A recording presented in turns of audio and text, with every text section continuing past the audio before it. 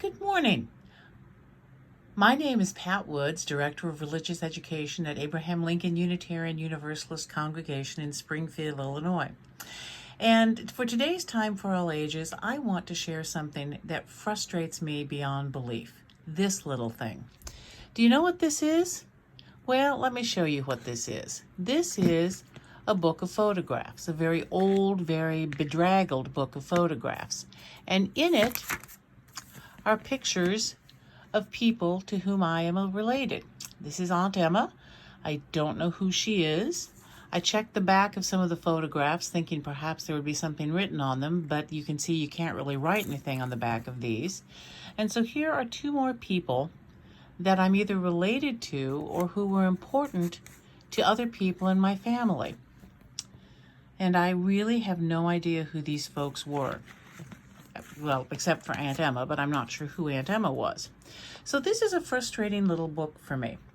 Now, I'm very glad to have it, but I'm a little happier to have this Monstropolis book.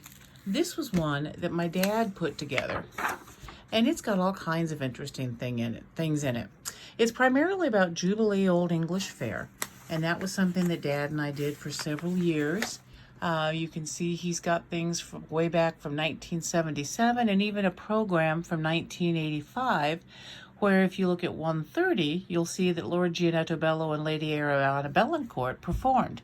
That was us. And so looking back at this, I have a personal connection with it. And so this is important to me just because of that. And there's all kinds of things in here. My goodness. There's thank you cards from people. The lady who ran the Jubilee show, that was very exciting.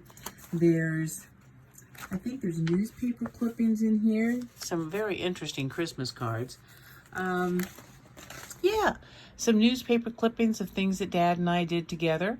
And so these are things that I know about. And because I know about them, they have a great deal of meaning to me. Now, I decided that was probably a good idea to be able to send on to the future. And so around 2007, I started doing a Christmas calendar. Named it after David because that's my son and he was the theme of it. And what we would do is put together a retrospective of all the things that happened during the year, slap some nice graphics in it, and send this out to friends and family. And this was a really good way of preserving those memories. Now, the reason I show you all this calendar that I did, this book that my dad put together, and this book of pictures that are mysteries to me, is because our first principle says that people have value. And one of the ways that we can make sure that we value the people who are in our lives is to remember them. Now, I'm not saying you need to make a scrapbook or anything like that, although it might be kind of fun to do. But keeping the people that we love close to our hearts is a really good thing to do at any time, and especially a good thing to do during this time of COVID. So, if you'd like to this week, go ahead and chat with the folks you live with and see if maybe there aren't some mystery picture books, because you could probably have a good time looking through them and talking about who the people are. I wish I'd done that more with my relatives when I still had them alive. Or maybe you want to think about creating some memories of your own to pass forward. And scrapbooking is really not that difficult.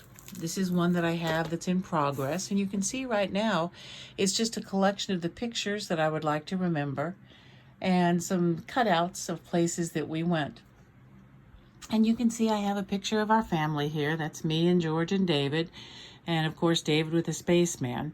And again, putting all these together lets folks know that we're thinking of them, and looking through them lets folks know that we think they're important. It's not the only way to do it, but it is a way. So that's your task for this week.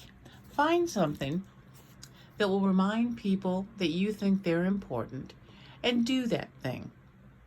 Have a good time, and let me know how it went. I'll see you next week. Bye-bye.